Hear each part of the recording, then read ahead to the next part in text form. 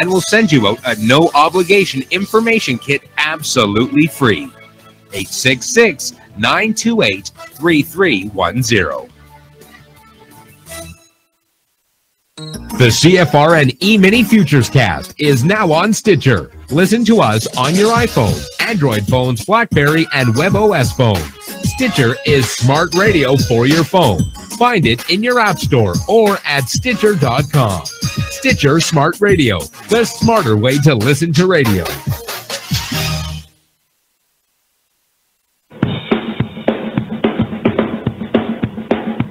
Are you ready, Steve?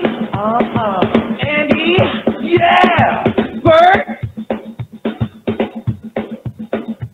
Well, all right, fellas. Let's go!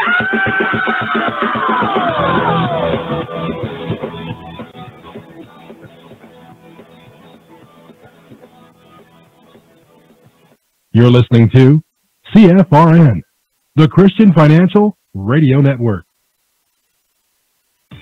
Today's broadcast is brought to you by Audible. Get a free audiobook download at www.audibletrial.com/CFRN. Over 85,000 titles. Choose from mystery, romance, religion, science, technology, business, New York Times bestsellers, even children's books. You name it, Audible has it. With 85,000 titles to choose from, you're sure to find the perfect audiobook for yourself or to give as a gift, and it's absolutely free. Just point your browser to audibletrial.com/CFRN. That's audibletrial.com/CFRN. And become a part of the audiobook revolution by downloading your free audiobook today. audibletrial.com/CFRN.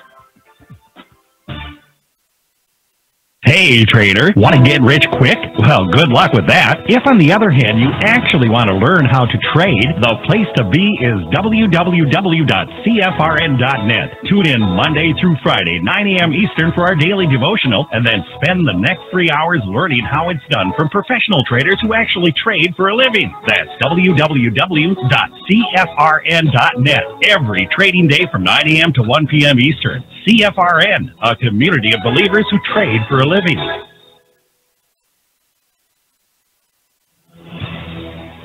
Good afternoon, traders, and welcome back to the CFRN Emini Futures Cast. This is the daily broadcast of Indeterminate Length, where we discuss all things Emini, along with some really big ideas on the finer points of trading gold, bonds, crude, sugar, the euro, and even T-bills. Joining us today from our studios in Boston, Mr. Michael Borth. From our trading desk in Chicago, Mr. Burton Schlichter. Now, to get things started, let's go to our host and founder in Studio A, overlooking South Mountain, America's largest city park. Here's Dwayne. Good afternoon. Welcome back. Today is Tuesday, 19th day of February, 2019. Hope you had a great weekend. Hope you had a great President's Day. I saw it called President's Day in some places and Washington's birthday in the other. I guess it's all one and the same. I remember as a kid they changed it, or at some point in my life they changed it to President's Day. Are they changing it back? We're going back to just Washington, or is it still everybody? Anyway, welcome to the show. Glad you're here. Thanks for joining us. If you are returning, welcome back. If you're here for the first time, a special welcome to you. We are glad to have you with us. I have a chart up of the S&P 500 Emini Futures. If you can't see the chart, go to our homepage at cfrn.net. On the right-hand side of the page, click the big microphone, follow the instructions. You'll be registered in about 30 seconds. If you're away from the office, away from the desk, and you can't download the software or utilize the go-to software, got a solution. Go to youtube.com/CFRN. youtube.com/CFRN/live. During the show, you want to put that /live on the end of it because we do a live simulcast on YouTube. And thanks to the good folks at YouTube for carrying the show.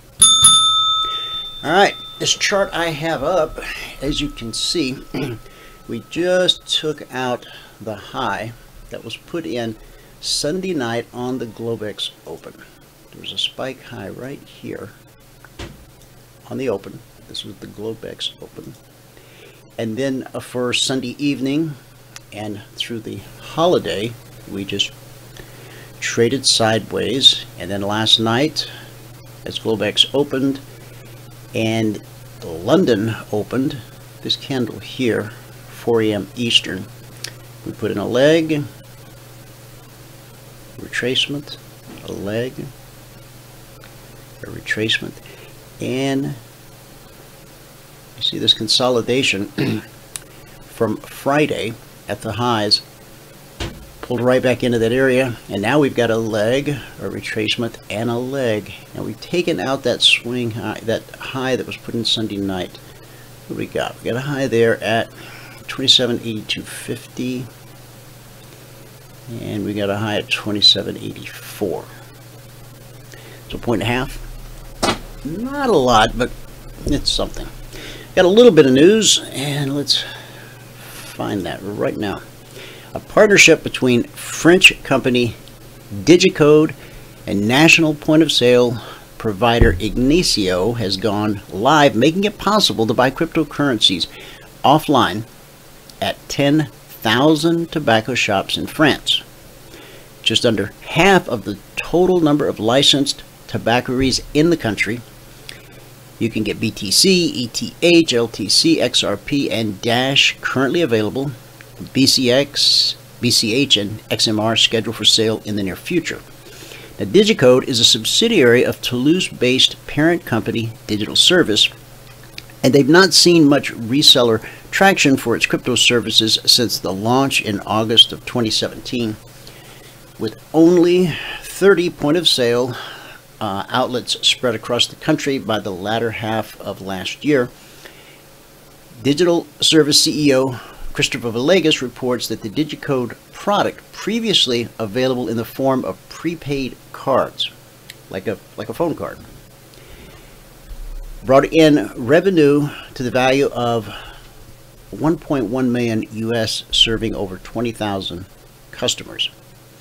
Their hitherto limited reach is now set to change thanks to a triage partnership agreement with payment solutions firm Ingenico, boy, they did it again, Ingenico, and numerous tobacco outlets dotted all over the nation. They have POS terminals in 10,000 tobacco shops spread out across the country. Now, in the United States, I think we're down to only 14% of the adult population as tobacco smokers. I think that number's higher in France. It was the last time I was there. In effect, this gives Digicode access to a 42% market capture of the 24,000 licensed tobacco shops open for business. So in France, 24,000 licensed tobacco shops. Now, do they carry things other than tobacco? I would assume. Do they carry alcohol? I don't know. Here we go. Maybe we'll find out. In France, tobacco outlets are commonly known as tabacs. I did not know that.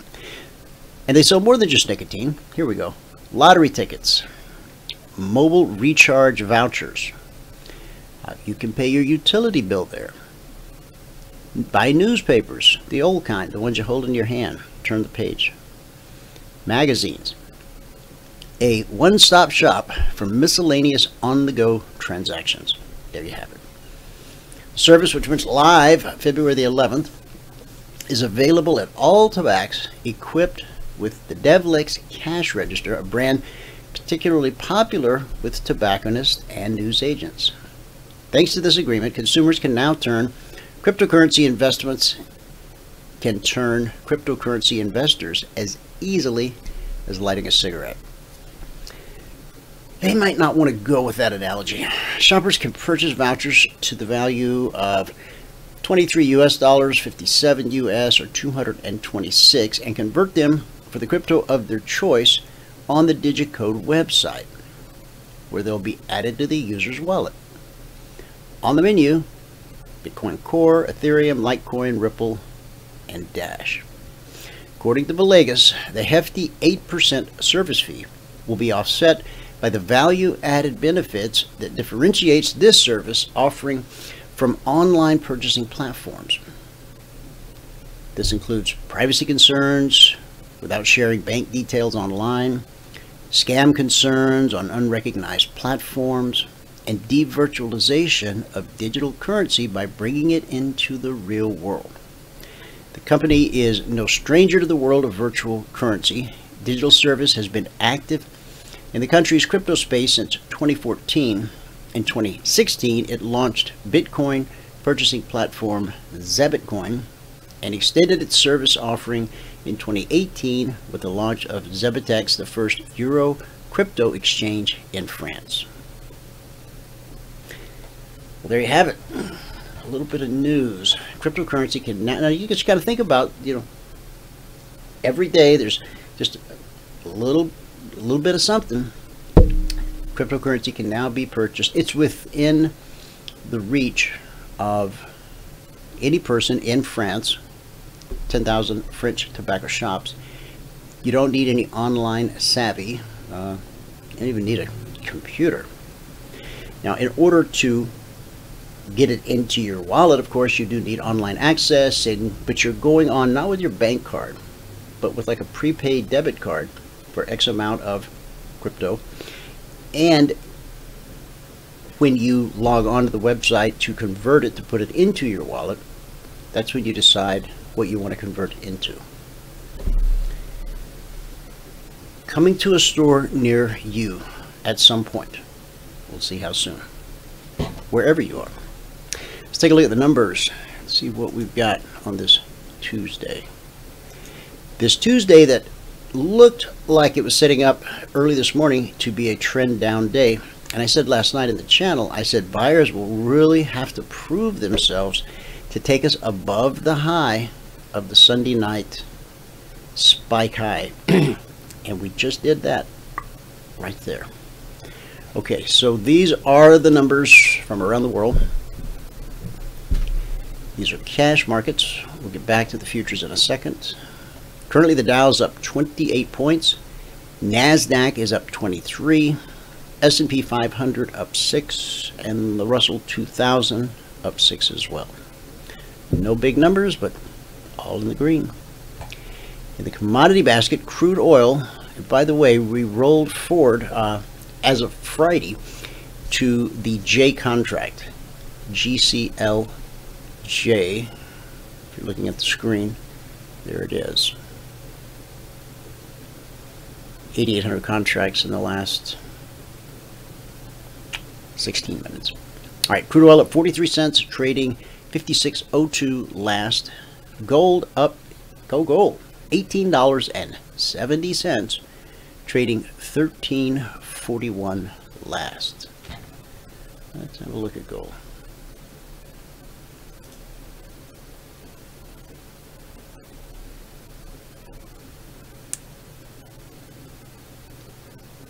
$13.26. Bullish cross, just right up there.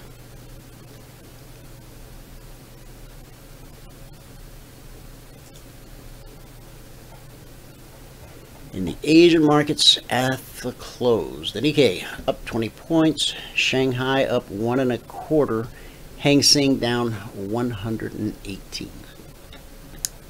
In the European markets at the close, the FTSE was down 40 points, the DAX was up 10, and the CAC down 8.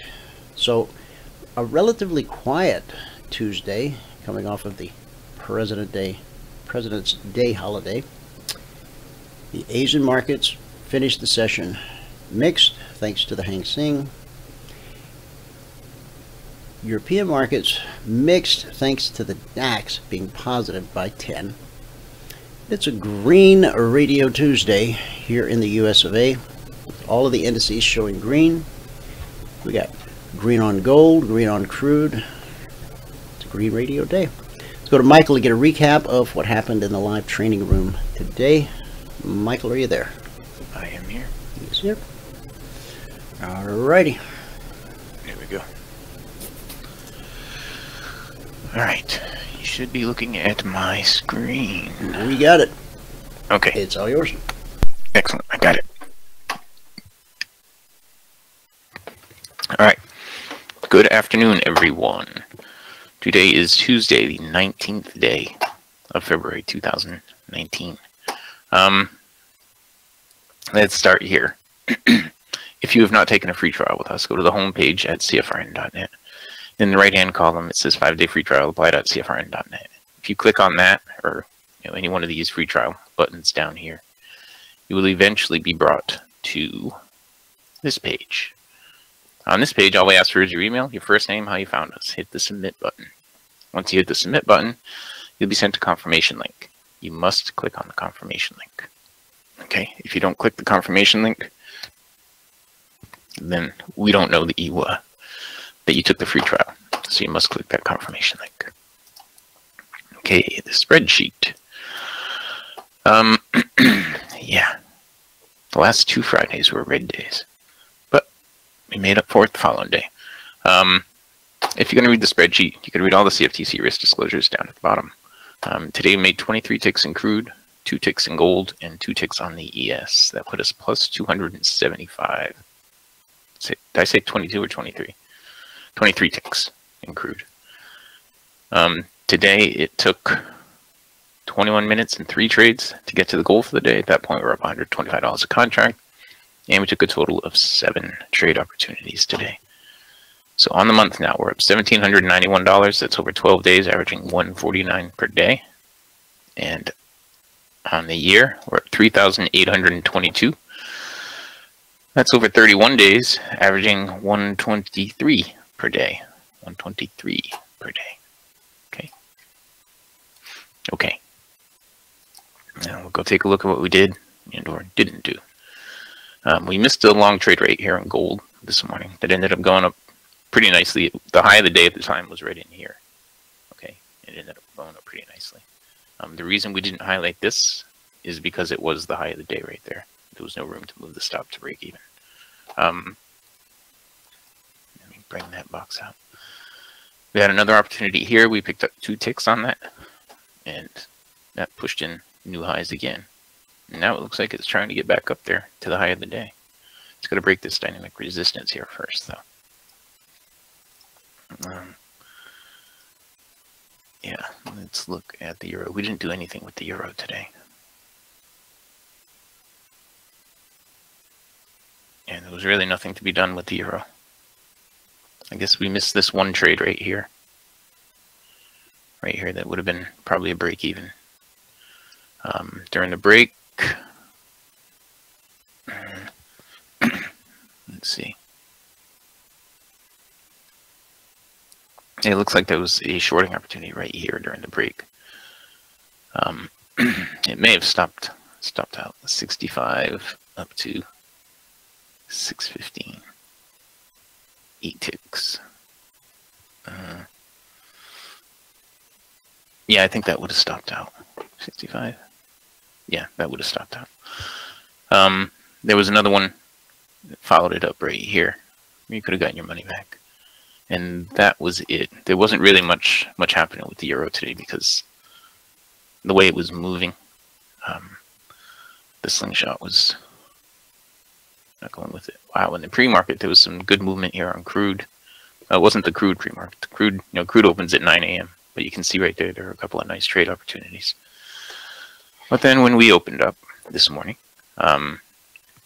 we started out with a break even there, a missed trade there, a plus 10 there. That's where we got the goal for the day. Then a missed trade there, plus 2 more there to put us at plus 12. And plus another 10 over here to put us at plus 22. And plus 1 there to put us at plus 23. Okay, then during the break, there was a bounce off the BBC right here. A trend line trade right here. Okay, and now the cycle's going down too steep in there. And that was it for the crude today. Okay, on the ES, we had just this one trade right here. Just make sure I didn't miss anything. Yeah, We had this one trade right here. We picked up 2 ticks on that. And then right in here, we missed a long trade right there. Yeah, it pulled down. It didn't give us a short here. We were looking for the short. Then it changed directions again. Started going up. But this is... There was nothing we could do with it in here. Now this is all during the break. Right here, there was a long right there. And another long right here. And that was all there was today. So far this morning, anyway. Let's go back to the spreadsheet really quick. Again, if you're going to read the spreadsheet, you could read all the CFTC disclosures down at the bottom.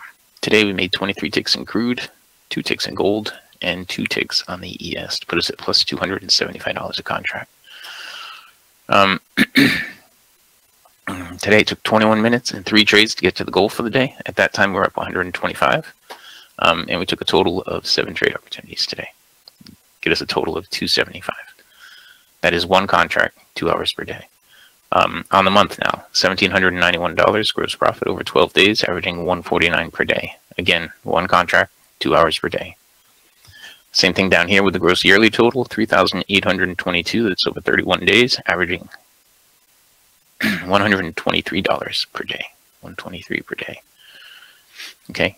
Now this is what the numbers would be if you added 1 contract per month so far. Oh, I don't have this month's down there yet. Oh no, that means this number's wrong, isn't it? No, that's correct. It's correct. We're in February. Okay. Panic there. All right. Today is, if you have not taken a free trial with us, go to the home page at CFRN.net, and in the right-hand column it says 5-day free trial, apply.cfrn.net. If you click on that, or this right here, free 5-day trial, or this right here, any of those, and you will be taken to this page eventually. Where all we ask for is your email, your first name, and how you found us. Hit the submit button. You'll be sent to confirmation link. You must click on the confirmation link. Okay, if you don't click the confirmation link, then we don't know that you took the free trial. And that's it. Okay. Does anybody have any questions? I don't see any questions in the box, from when Dwayne was talking, or so far when I've been talking. Any questions, anyone? Okay. Well, with that, then, we can pass it back out to fabulous Phoenix, Arizona, Studio A, overlooking South Mountain, America's largest city park. Dwayne, if you are ready. Ready. Okay.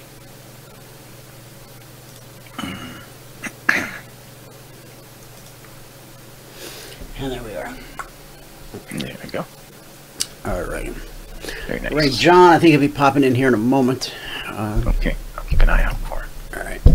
Very good. Okay. All right. Let's take a look at the S&P. Well, we haven't, since we opened the show, we haven't done a whole lot. Now, there's a lot of volume churning through. 32,000 contracts in the last 27 minutes. But price seems to be holding up right in this area. Now, if we take a look at the low to the high, oh, shallow retracement would bring us right into these highs right here at 27.79, and then a little deeper retracement, which is still shallow, 38%.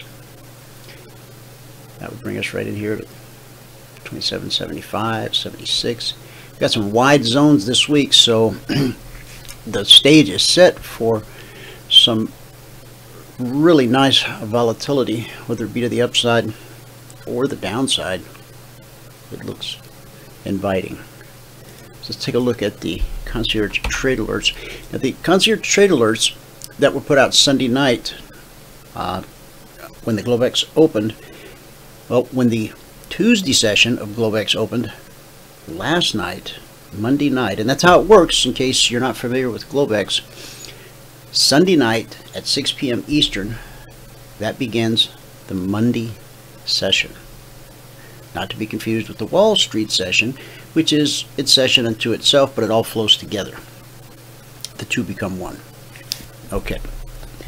Now, tonight, Tuesday night, at 6 p.m. Eastern, that will begin the Wednesday session.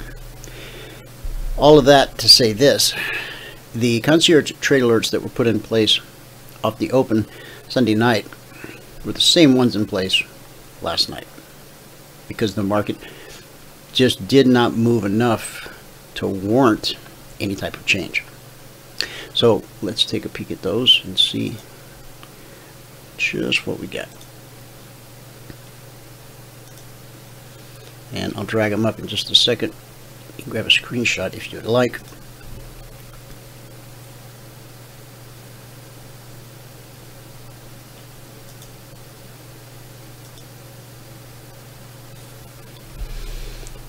Stand by, still checking. Here we go. Got them.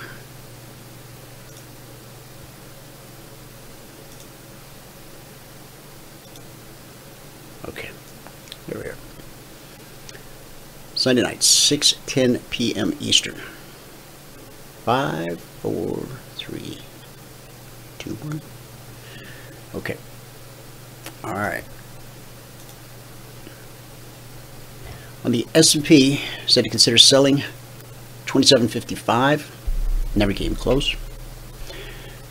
And we said to consider buying 27.85, which is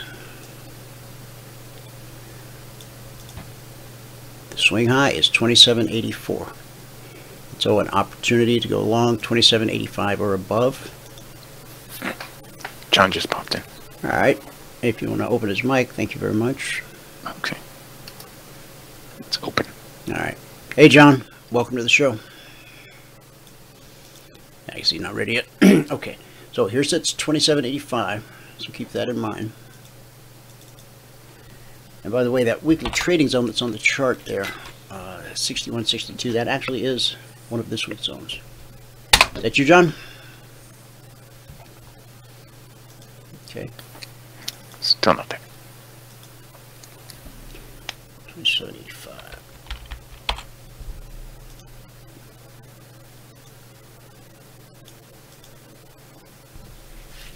Yeah, I'm going to tell you where this zone is. It's a holiday week. What the heck?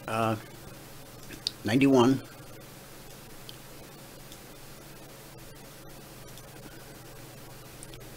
92.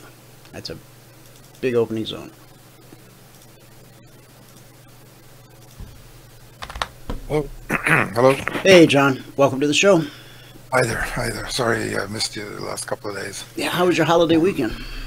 It was good. It was good. Got a lot of things done. And I think I said on this show the last time I was on, I was more bullish than I've been on gold almost since 2010. And that bullishness has been borne out this morning. We're up $21 right now as we speak, yep, and that's right. Up 22 cents, 23 cents on silver. Look, this is, as we've been saying on this show, this is the beginning of a big deal, you know, a big upside breakout on the gold. We've got a very big opening gap today. Actually, we've got a double breakaway gap on the J-Nug and the Nugget. That's a very, very bullish formation. And we're up pretty substantially today. We're 22 now, 22 and a half on the Nugget. We've broken clean through 20. We've spent a bit of time going back and forth down. Last time just had one more dip down to 19s, and now we're at 22. All of a sudden, 22 and a half. The J-Nug has just exploded from under 10 a few days ago to almost 13 today, and Newmont Mining is starting to look dynamically bullish. They're coming out with earnings here in the next few days, I think the 21st, and the last time they beat, I don't think they did so well on the revenue side, but on the net, I think they beat by quite a bit. I think it was 33 cents versus 22 cents. That's a pretty significant beat. And the stock has really done nothing since then. So if they beat again, which, given the higher price we've had here recently, would be a reasonable expectation, you could see Newmont really take off. And remember, when GOLD Randgold, when they acquired this other company that subsequently split the stock since, they went from $60 approximately to something like 85 or 87 fairly rapidly, almost a 50% increase.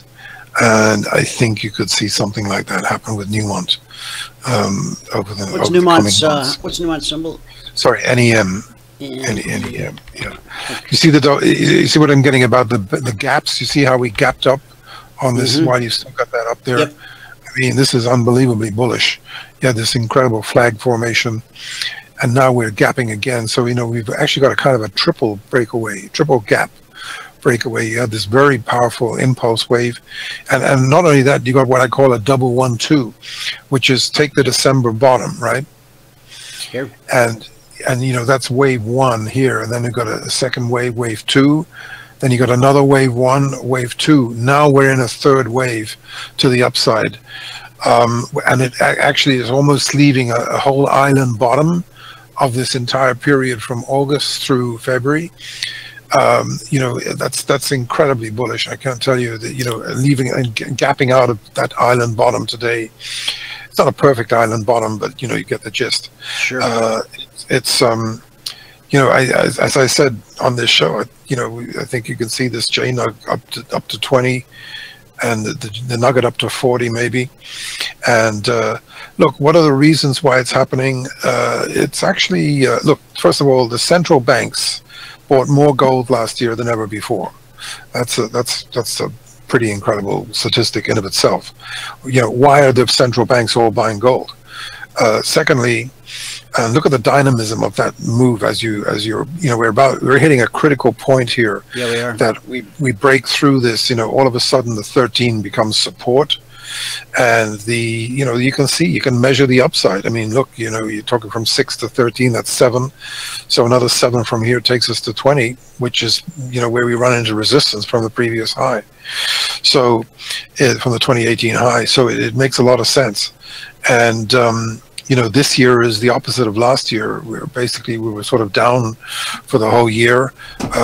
So in 2019, more than likely going to be up, and I think we're probably going to get to 27. That secondary previous peak, there back in August of 17. So and remember, the price of gold today at 1343 is higher than where it was when we were at the left-hand side of the page. You see what I mean? So you can make a pretty strong case that the JNUGs, the junior gold miners in general, are very undervalued basis the price of gold right now. And if we add another $50, which I believe is probably going to happen at the minimum, I'm looking for $50 to $150 to the upside from here. That extra $50 in terms of bottom line results is going to be very, very significant.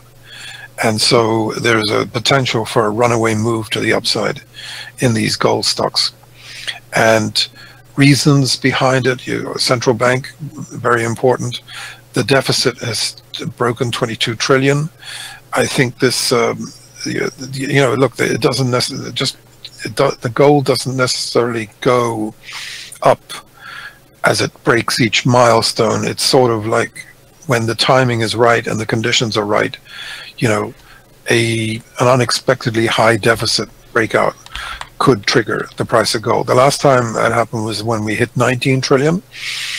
Now we're at 22 trillion, and we're going up through it pretty quickly, because ever since this deal was signed last week by Trump, the emergency. Yeah, you basically added another trillion in spending, and there's an awful lot of pork in that deal. And I think this is kind of the last straw for the gold bulls. And then on top of that, gold.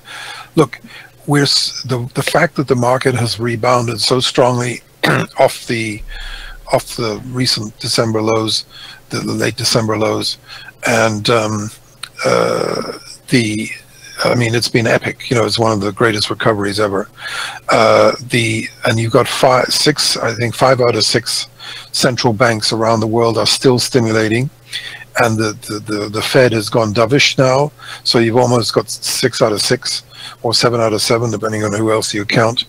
You know, you got the UK, you got Europe, Japan, China, the US, and there's somebody else there. I forget who it is now, but Canada probably. You know, they're all you know, stimulating like crazy. So the impact is starting to be felt you know, in the metal sector, and there's a high likelihood that in this, and the other thing is very important. You know, the Chinese New Year, the year of the golden pig. The last year was 2005. The price of gold doubled in 2005. These are very important things in the history of these, you know, of each pig year. I think you go back and look at how gold behaved in those years, and you'll see that in general it was a pretty good performance. Just one second.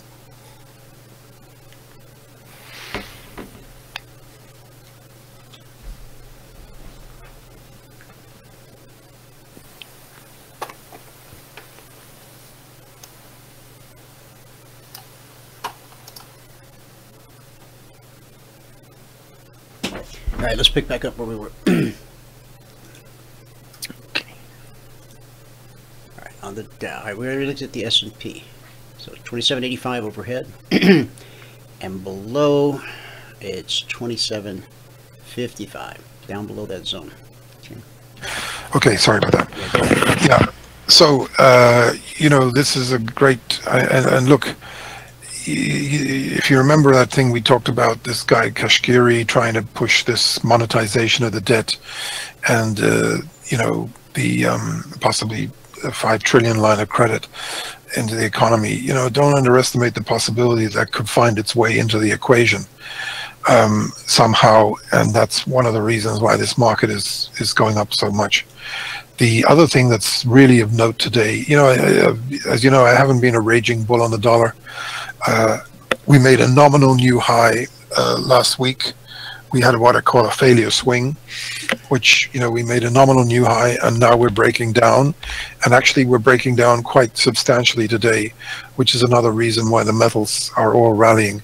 And, you know, the yuan over in China is probably headed for lower, you know, lower prices. And the only way for 1.4 billion people and 600 billionaires to hedge their, you know, to hedge against the yuan these days is really through gold. So there's all these powerful things happening.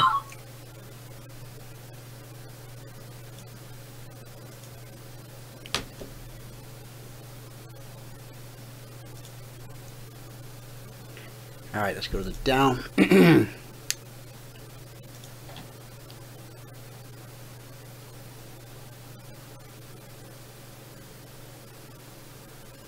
Nothing triggered on the Dow.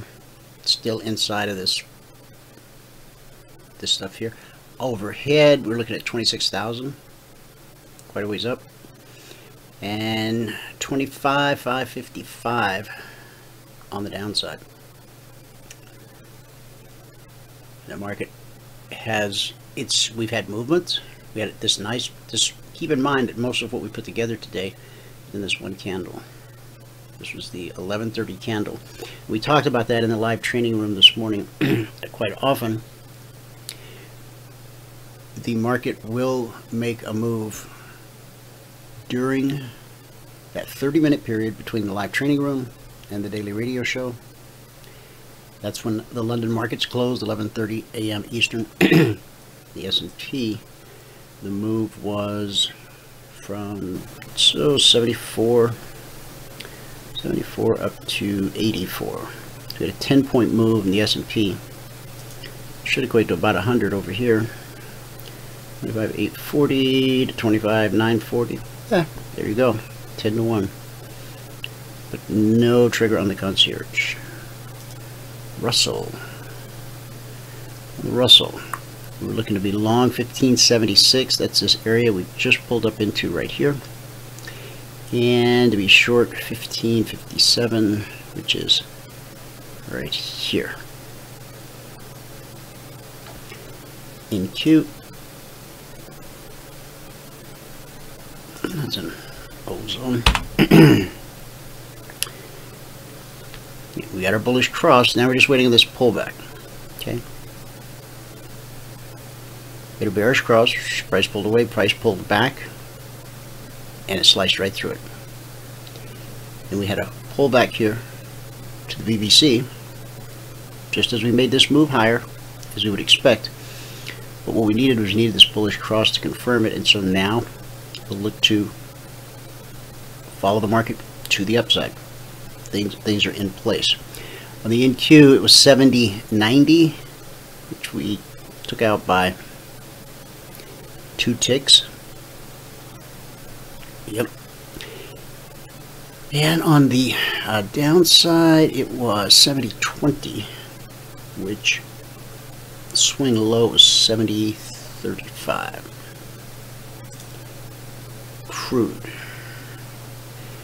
The crude numbers from Sunday night, which are still in use today, we're done with the previous contract. Everyone should be rolled forward in crude to J, GCL J9.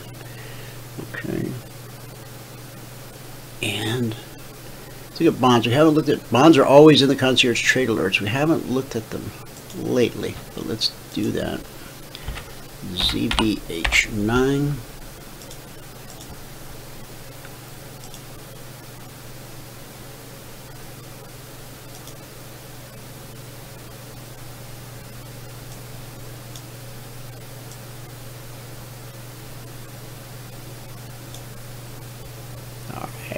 Sorry about that, Dwayne.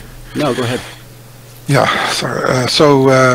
The dollar is really tanking here. This is pretty impressive, and this is going to help the market as well. And this is playing out a lot like 87, especially in the strength of the market, where it just keeps going up relentlessly every day.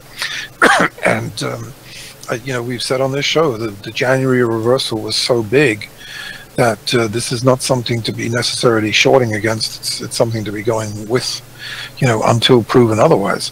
And right now, the way the market keeps just, it's sort of like where the gold stocks were this morning. They opened higher, and they had a little bit of a dip, and then on days like today, they just keep going higher. They just go up a little bit cent at a time, and before you know it. Newmont actually went negative this morning. You actually had the chance to buy Newmont at a discount. It's now up $1.34. If you'd bought that discount, you'd be up $2 on the share today already. So, and pretty Royal dynamic. Gold, Yep. Yeah, and you've heard me talk about Royal Gold. Royal Gold is pushing higher. These stocks, some of these stocks are getting to within reach of all-time record highs now, which is really, really incredible. And on the opposite side, to be hitting new all-time record lows on the dust and the J dust, and we're down, very substantially on these percentage-wise today and dollar-wise. Look, not so long ago we were at 70, 80, 90 on the J dust. We're at 30, 32 now, 32. This is an amazing fall, and it's very, very bullish for the metals, because there's obviously there's no premium. And remember, you got the biggest short squeeze of all time. We've laid it out. Remember, we laid it out. We laid out the scenario 2011. It's very similar to the bottom of 2011, the secondary bottom we had when we were at the most negative sentiment point in history. I'm telling you, when you get these, it's just like that -2 on the CNN indicator back in the day after Christmas, when it registered the lowest point in history. When you see things like that, you just got to shut your eyes and go in and buy. And look, Boeing, which was our top pick at the time, it's gone up more than $100 from our buy point. It's just an amazing, amazing performance. And and look, you saw what we said about the tech, the semiconductors. leading the charge. They are the cavalry right now. They're really the charge of the light brigade. These guys, they really are setting the trend. And the tech TECL, which is a ETF on the tech, looks like it's making new highs today. What is it again? TECL. There we go. Yeah, and look, when you get these kind of trends like that, a lot. I'm not saying it could easily break as well. There's no, but if we suddenly accelerate, through 120 and start heading for 130, I mean, all of a sudden you could be back to 150 on this thing, and not too far away from all-time highs. Amazon, in spite of all this stuff with what happened in New York, the stocks up pretty sharply today, and look, there's a lot of things going on with these companies that are not prominent, not well known. There's Google's moving into areas today that could generate tremendous they're going in on YouTube. You probably noticed this. They're starting to stream. YouTube is becoming a competitor to Roku and all these other streaming. You can get a package of, I think it's 40 cable channels for $40 a month. Yeah, exactly. Is that right? So that's a new revenue stream for YouTube, for Google. And they tend to do, when they start developing revenue streams, they tend to become big deals. So, and then you've got the cloud, with Amazon, with its government contracts that people forget about. And one of the stocks to watch actually is Oracle, because Oracle tends to perform well late in the cycle. And check out the performance of Oracle. I mean, it's about to make a new all-time high. And ORCL? ORCL, yeah. And look at it. I mean, we're going through 50 right now. I'm going to make a prediction. You know what? I wouldn't rule out 100 before this bull market is over for that stock. In fact, I'd even say it could go to 130. Larry Olson could become the richest man in the world again. He was there briefly the last time around back in 2000. He was there for a few days as the richest man in the world, and stranger things have happened. It's sort of like, I tell you, the day he becomes the richest man in the world again, you probably want to sell the market, because that's what happened the last time around. But, Oracle has the, it's sort of like, it has the staying power. It's in many ways, its technology is well ahead of the competition, and a lot of people haven't figured that out yet. But when you talk to Larry Olson and hear him, what he says about Tesla, he's on the board of Tesla, and what he says about Oracle, this guy, you don't want to count this guy out. He's single-handedly built this business from virtually nothing, and look at the performance of his stock. It's really remarkable. And it's kind of like Xilinx, the one we talked about. You got these new kids on the block here. Look at the performance of Xilinx, making a new high today. Keys, Xilinx. These are the new Nvidias. These companies. Look at Keys today. Did you read that article that said in 2 years Waymo will be the largest contributor to Google's revenue? Well, I predicted that about 2 years ago, if you remember. I mean, not particularly in those words, but I did say that Waymo is going to be the biggest thing since, because they have. Why is that going to happen? Because the automated driving, the autonomous driving that's coming, is when the cars start rolling off the production lines with, essentially being autonomous ready, if you like, or drivable. Right. The waiting in the wings is Waymo that has the potential to upgrade every other vehicle on the planet, and the inventory is in the billions of vehicles out there in the planet that is going to need this upgrade, and there are going to be people who are going to go for it. And I predict. I mean, if you think employment is high employment is high right now, unemployment is low. Imagine fast forward a few years when it really becomes a reality, and all these pop-up service stations offering upgrades, courtesy of Waymo, are going to be a big deal. It's sort of like the forerunner of flying cars and things. As these things become more mainstream, just in the last few days, I've seen that guy flying around on that jet platform that just looks unbelievable. If this guy can do it, you're talking very early days. It's like the Wright brothers 100 years ago with, 2.0 with all these new innovations, but it's not going to be long before these flying taxis and personal vehicles and jet craft are going to become a really hot item. We're just a few years away from something really remarkable happening. And the pace of innovation is just going to be absolutely knockout. There are fully self-driving cars in Phoenix, Arizona right now. You can call them just like an Uber. The company achieving all this is called Waymo, a subsidiary of Alphabet, better known as Google. Right. Let me tell you, Waymo is they've got the lock on it. I mean, they probably have the best technology of all. They're dominating the self-driving car game. Its driverless fleet has already covered more than 11 million miles on American roads. Yeah, it's phenomenal. That's a lot. Yeah. Yeah. And we're talking 3,000 miles coast to coast.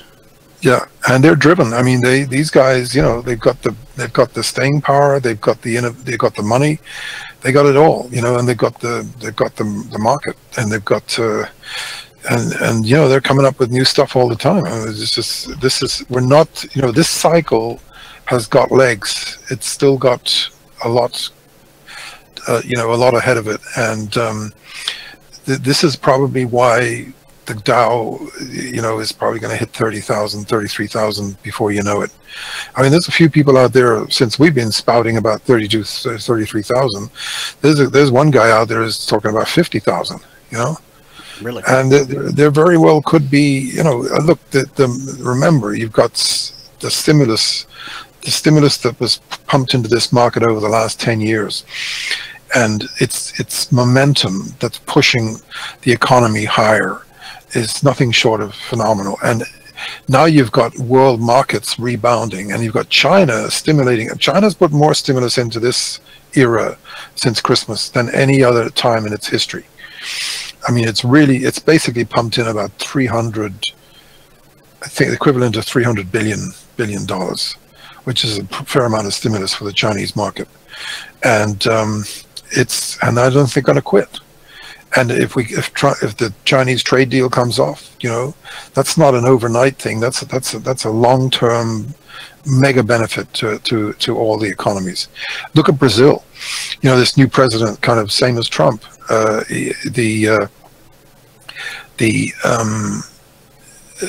Brazilian market's making new all-time record highs after being in a very bad slump for 10 years.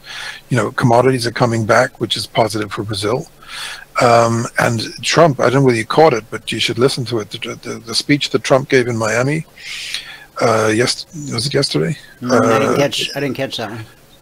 Listen, if he didn't win over the Hispanics with that speech yesterday, he never will. I mean, he did a brilliant job, and he really, he basically said, if we can freeze Venezuela, Cuba, and Nicaragua, we'll be the freest hemisphere in the history of the world. The whole hemisphere will be free for the first time in history. And I think that went down pretty well. It was a very embracing theme for the new Latin America, for the new Americas, essentially. So it was a brilliant speech. And he certainly, I would think his Hispanic ratings would have gone up dramatically as a result of that yesterday. Unfortunately, I think he could have handled this border war better. I don't think he had to do. He kind of probably got in a. He had to do something dramatic to kind of overcome overcome the negatives, and ultimately it may prove to be a winner. But I think he could have got those extra billions, about 3 or 4 billion of that. He could have got without declaring the emergency and drawing all the attention to it. He could have kind of done it quietly. The other thing is. This guy, one of his advisors is a guy called Chris Ruddy from Newsmax. He's a pretty smart guy, and I just happened to catch a clip yesterday of him on CNN. I always like to hear what he has to say. And he says there's a move to get rid of this guy Coates, who I don't think he's done Trump any favors in his position. I mean, it's the same as the FBI guy. You know, they should have put the fellow from New York, James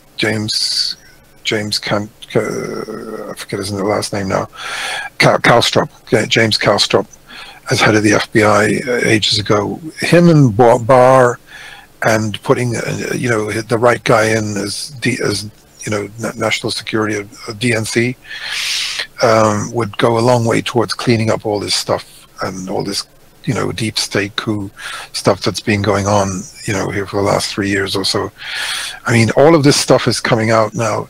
By the way, there's if you can probably catch it on YouTube or CBS, or I think if you go to the website Full Measure, which is Cheryl Atkinson. She used to work for the New York Times. Full Measure? Yeah, she's one of the best reporters in the business. And there was a report yesterday about that. What people don't realize is when they only needed one guy, Carter Page, to get the FISA warrant. Do you know how many people you can potentially monitor off that warrant? How many? About 25,000. Because you can go several hops out. So everybody who's talking to Carter Page, and people who are talking to Carter Page's, second or third level communiques, they basically had the lock on they probably were able to when Trump came out. Why do you think this whole Comey thing happened? Remember, you had Trump coming out in February, I think it was, saying, Obama wiretapped my, Trump Tower. They basically had the capacity to wiretap the whole campaign, everybody in the campaign, and then everybody in the transition, and then everybody in the administration. Where do you think all the, when the Australian Prime Minister and all the calls to China and Putin were being leaked to the papers? Where do you think all that came from? They were being surveilled. So this thing goes so deep, and then you've got the Five Eyes, the UK and Canada and all these, right. Then they're all up to it to their eyeballs. This whole thing just absolutely stinks to high heaven, and it is just it's Watergate to the power of 10. I mean, it's 10 times worse than Watergate in terms of all the things that have happened. It's diabolical. It's 100 times a Watergate break-in. It's the equivalent of a Watergate break-in, except it's electronic. Yeah, I mean, how long ago did we say this on this show, that this whole thing stinks to high heaven? And unfortunately, they haven't gotten some of the right people in place. I mean, it just, and Chris Christie, who's been doing the rounds recently with this new book.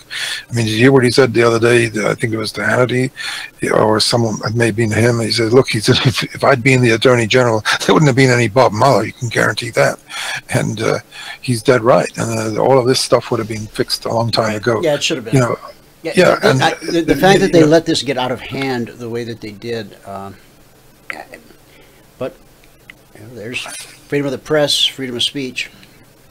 And so, it's a very sad chapter in terms of what could have been avoided, and they could have an extra Senate seat today, and many other things. But in spite of it all, it may still end up being the greatest presidency in the history of the United States. Well, it already is by so many measures. I mean, one thing you could say, it's going to be remembered by how it ends. Right. One thing's for sure, this guy is the greatest jobs president ever right now. Nobody can take that away from him. That is a demonstrably proven fact already. I mean, you can't be making new record lows in unemployment claims and, new record highs in the number of people working. I mean, that is it. It's his record and he owns it. And he's done it in less than 2 years, which is just unbelievable. It's amazing. And then the GDP is, I mean, there's so many things. it's staggering, and everybody, you know, beats this guy up and saying he's lazy or he plays golf and all this sort of nonsense. It just, you know, the guy's thinking all the time. That's what they don't understand. You know, he's thinking 24/7. He doesn't play nearly as much golf as the previous president. Well, there was a time when he played quite a bit last year, but you know, he hasn't had time to play golf recently. I think he's been he's really been getting a lot of stuff done. And the other thing is, look, you know, Putin, by the way, you know, when you look at some of the stuff that Russia is doing right now, boy, you know, a couple of reports came out in the last few days. Now they got a nuclear-powered cruise missile that can fly forever. It's never going to run out. It's like, you know, it can fly, you know, ad infinitum. You know, I'm getting a really strong sense that the Russians are pulling ahead of the U.S. in weaponry and in ways that are really troubling.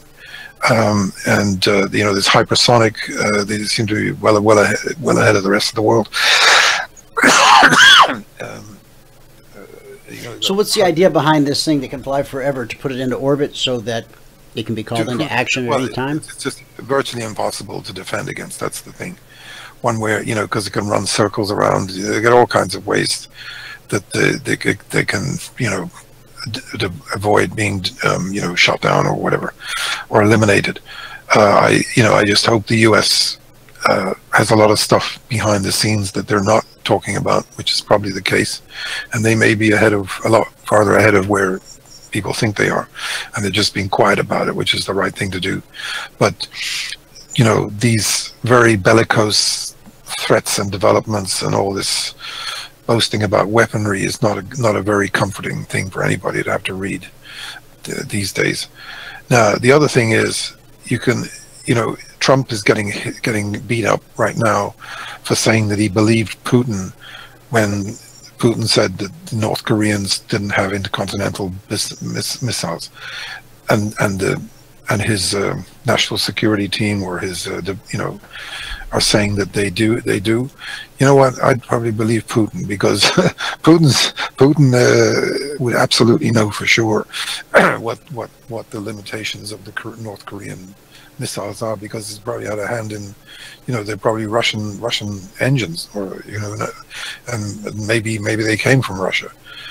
They either came from Russia or China, and you can bet you can take it to the bank, Putin knows probably more about North Korean missiles than anybody else, except the North Koreans. So, you know, I don't think Trump deserves to be beaten up for that. That's one where he certainly, maybe he didn't express himself as well as he should have, which is, he should have said, he has a habit of doing that sometimes. Right. But anyhow, it's I guess the next big thing, and look, this guy Coates coming out with this stuff a week before meeting. I mean, how can you know, saying that, comes out and says North Korea is not going to give up its nuclear weapons a week or two before Trump's going over to have a meeting with this guy. I mean, that's just not good form, as somebody said yesterday. It's just not the sort of thing. I mean, these guys are just out there to stick it to Trump, and they're actually part of the problem, and they're working in there. You know, these guys should be, you know, unearthing all the mischief that's been going on in the FBI and the CIA and everywhere else, than trying to derail Trump. It's just a disgrace. Well, it's not only going on in high levels; it's going on in low levels. This Smollett guy. Yeah.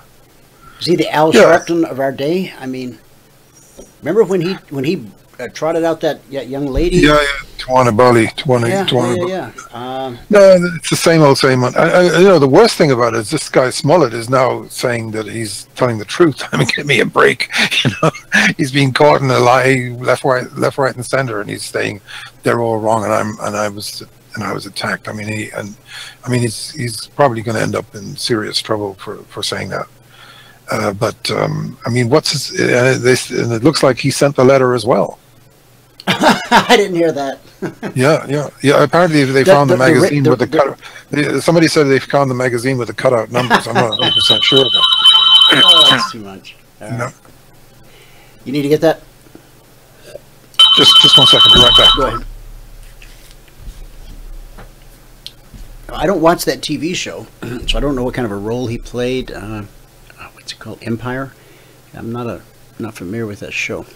But anyway, it's just there's some kind of mania, you know.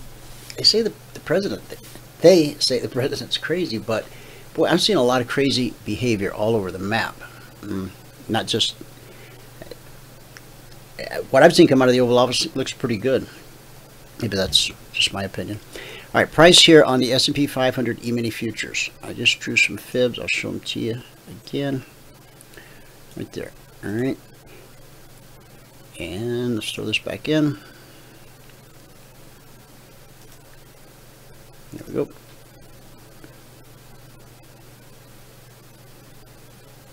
Bullish cross. What do we look for next? Price to pull back to BDC right here into this area. It's a 50% Fibonacci retracement, and that could give us the energy to put in another leg higher. Go ahead, John. Yeah, so listen, I think I'll just wrap it up, but thanks very much for the invite. And Gotcha. I would be a little bit careful of this market right now. I think it's going to go negative. It's starting to sell off. This might be it. And one of the reasons is, we know when the gold is up this much, the market can run into trouble. It can get a bit spooked. Doesn't mean to say it might not take another shot or two at the highs in the next day or two, but the VIXs looks like they could be putting in a bottom right around here, and some of the stocks are coming off quite sharply, actually, off their highs. Oh, the other one I wanted to mention is, look, Intercept Pharmaceuticals, ICPT. The last time it went up to about 118.20. I think we sold it. Put in a buy back down at about 100, and I think it was 100. Just a minute. I can't pull it up right now. Anyway, they came out with some news overnight. It was up $20 this morning. It's actually sold off from the highs, but oh, look at that! Yeah. Yeah, but it's very. Did they have earnings before the bell? Is that it? No. They it's about their treatment. Yeah, I've got an E here. Do they have earnings after the bell? No, that's on the 21st. Right. They get earnings on the 21st. Okay. Yeah, but obviously not very good action. You know, these two stocks, Madrigal and Intercept, which are kind of, battling each other out with the same kind of treatment. The fact that this thing sold off as badly as it did today is not a very good sign, actually. It sort of means that the smart money is not buying the good news that came out this morning, at least not yet. So well, the estimate on Intercept is that their earnings estimate is minus $2.45. Yeah. Their main value is the potential, what they're working on. Remember, it drove the stock to $500 the last time around. So, we just have to keep an eye on this thing, and I would, if we start trading back up again, then you could consider going back long. But right now it's a pretty tricky situation, and it'd be kind of dangerous, actually, because it's very volatile. Morgan Stanley has valued Waymo at $175 billion. Wow.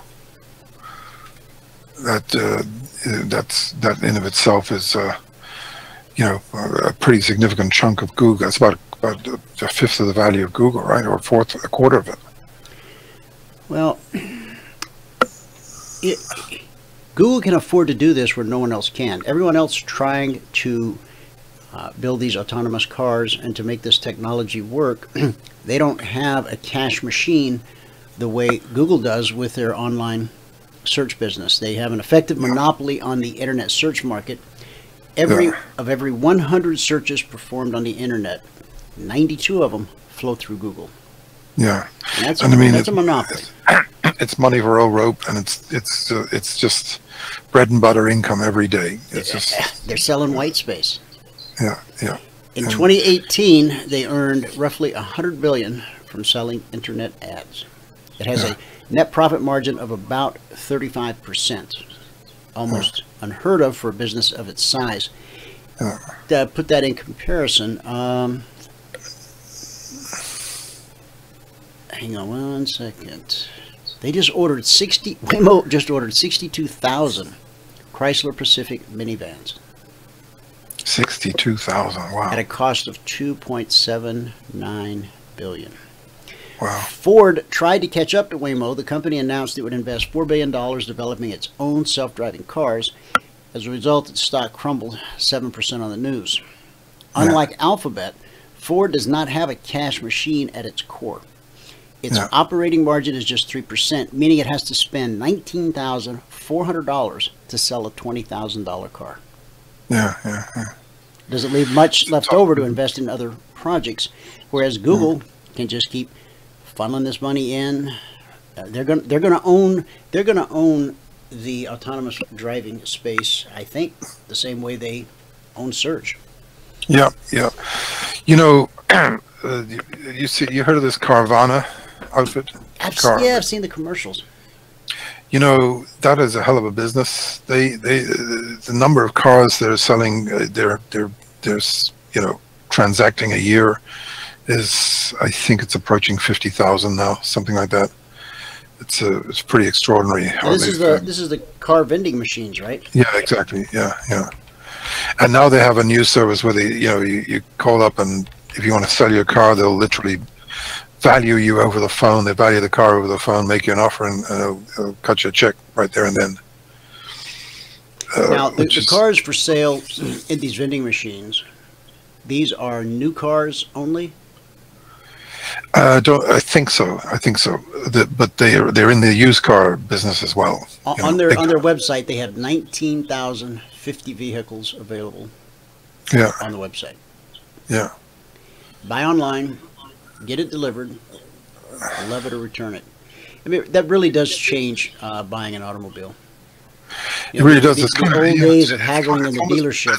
Kind of like a fantasy thing, but evidently it works. It's sort of. I don't think it's the thing that everybody wants to do, because a lot of people want to kick the tires and go and try different cars. Here's the thing: it's 7-day test. Yeah, They'll exactly. bring the car to your house, leave the car with you, drive it for 7 logistically, days. it sounds like a very big deal, but it must be working because they're doing okay.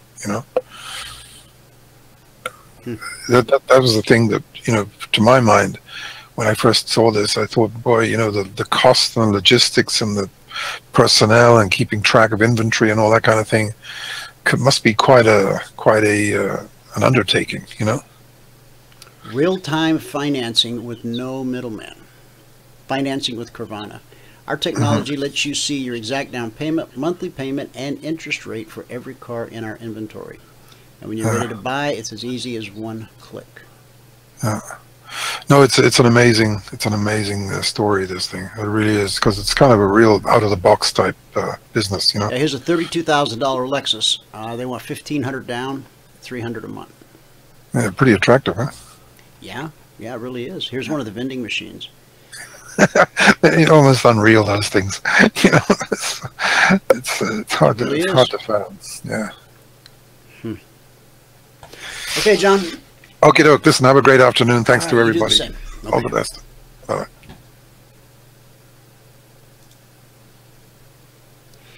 Yeah, Gary, I was just seeing that. Hang on, let me bring that back up. Gary just put in that Carvana was all used cars. I wouldn't have thought that they would have put used cars. I just assumed when I saw the big fancy vending machine that those would be new cars. But it looks like you are correct. In fact, they talk about up here somewhere. Where did I see that?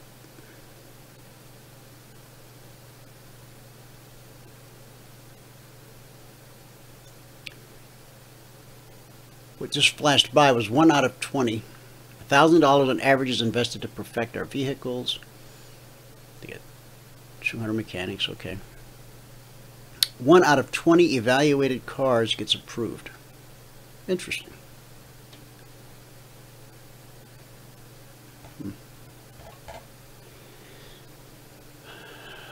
Buy your car at a vending machine. Take a cab in Phoenix, Arizona, with no driver, courtesy of Waymo. This is the world we live in today. It's like Disneyland. flying cars, flying motorcycles. And there's still, you know, there's still people out there who say that this whole flying car business is not going to get off the ground. I guess time will tell. Until you, now, you can go out and you can buy a car today if you're near one of these vending machines, or you can just buy it online. So that's a reality. The flying car, is that pushing the envelope? I don't know. I don't think so. All right. So we know what we're looking for in the S&P. We pull back here into this 38. Now, could this shallow 24% retracement be enough? Could that give us our move higher into the close? Possibly, but I'd really love to see it pull back into here and then put in a leg. We would have a very, very nice opportunity there. So we'll watch, we'll wait, we'll see what the market brings us. Okay, time for our good word for the day. Raising them right. Got kids? Grandkids? Proverbs 29:17. Correct your son, and he will give you rest. Every time I correct mine, I get something other than rest, but let's dig in.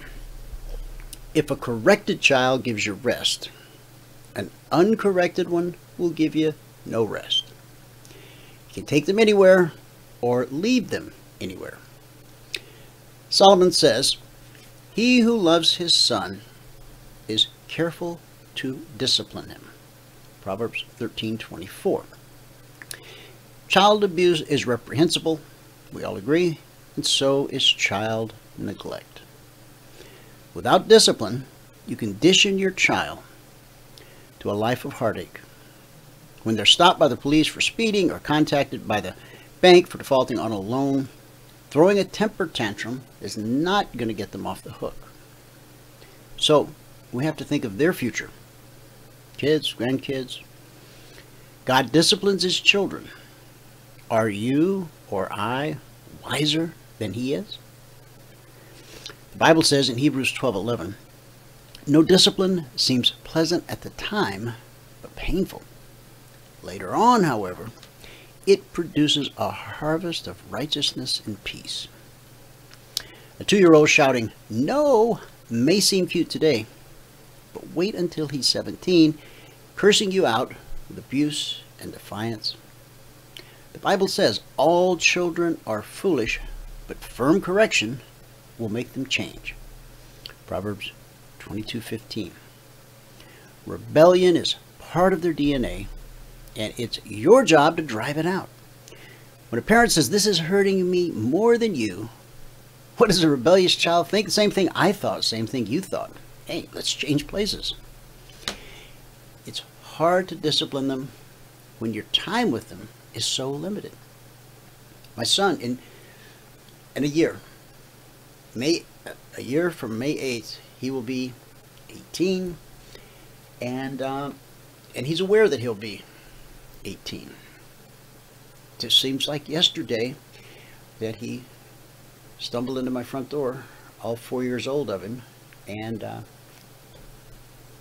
he's almost 18.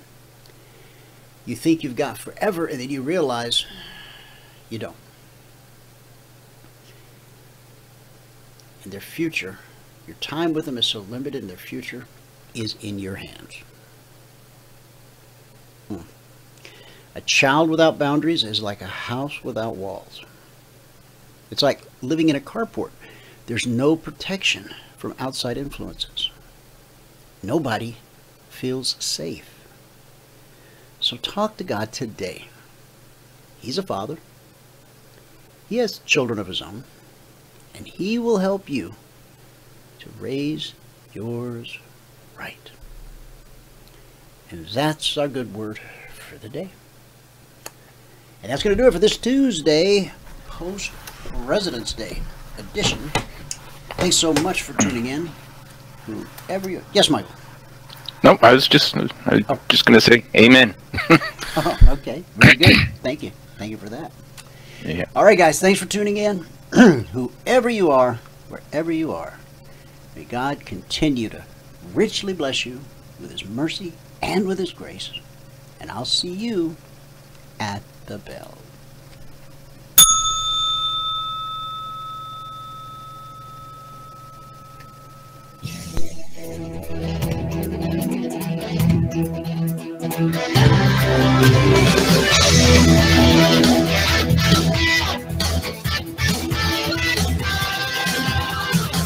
Remember this, there is no greater return on investment than to see a human life changed and given hope.